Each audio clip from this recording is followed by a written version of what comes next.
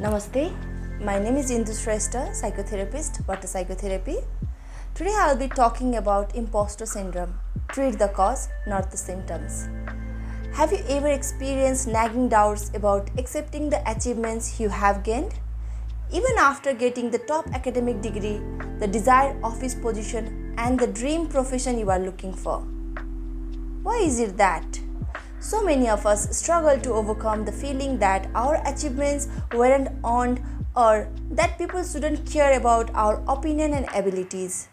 Everybody is exposed to a condition called as a pluralistic ignorance, in which we all silently doubt ourselves but our doubts.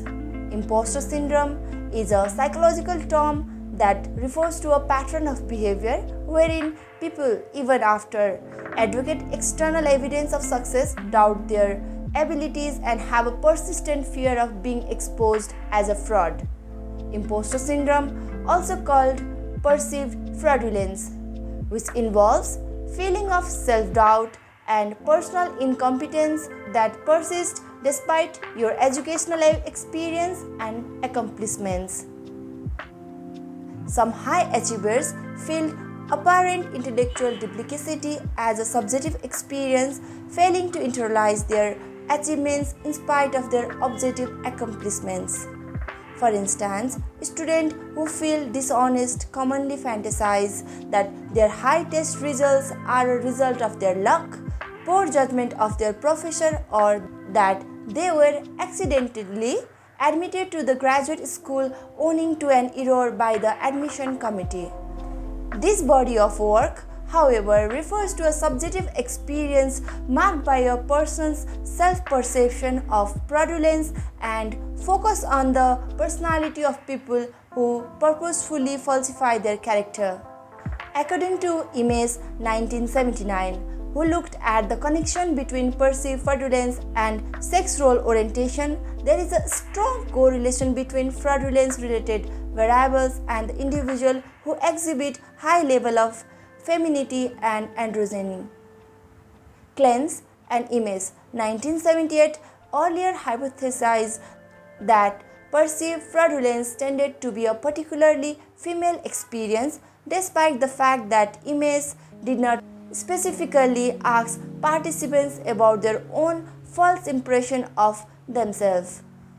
The sensation of perceived fraudulence has been linked to a number of variables as important contributions. 1. Perceived fraudulence appear to include depressive symptomology.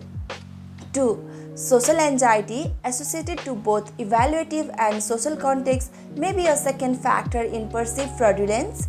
3. A component of apparent fraudulence may be a high degree of self-consciousness. Is imposter syndrome a mental illness?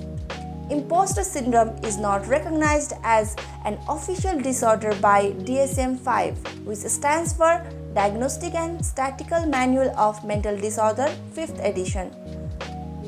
So then, how it feels like, or what may be the symptoms of imposter syndrome? The imposter feeling is a clash between two. You see yourself and how others see you.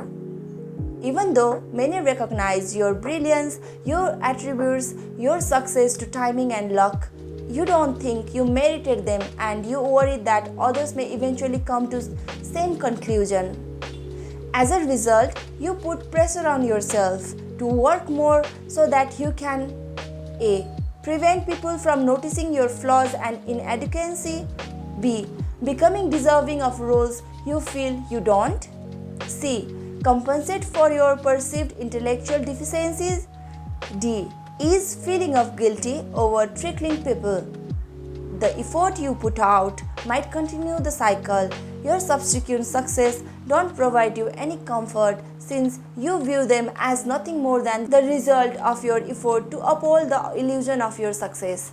Any achievements you receive, you respond to it as pity or sympathy, and despite attributing your success to luck, you alone are responsible for whatever mistakes you make. You become more convinced of your incompetence the more mistakes you make, no matter how small. By the time it can load to anxiety, depression, and guilt. Now, let's talk about what we can do.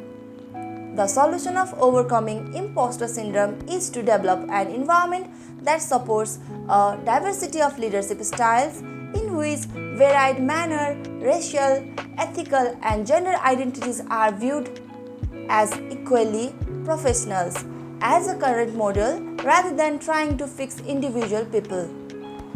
Working harder and getting better might not make much more difference in your self-image if you feel like a fraud. You can effectively deal with the imposter feeling by using these techniques. 1. Acknowledge your feelings. 2. Build connection. 3. Avoid comparing yourself to others. If you continue to struggle with imposter feeling, a therapist can support you with A. Overcoming feelings of unworthiness or perceived fraudulence. B. Addressing anxiety, depression, and other emotional distress. C. Challenging and reforming unwanted beliefs. Therapy is recognized treatment for imposter syndrome. Thank you.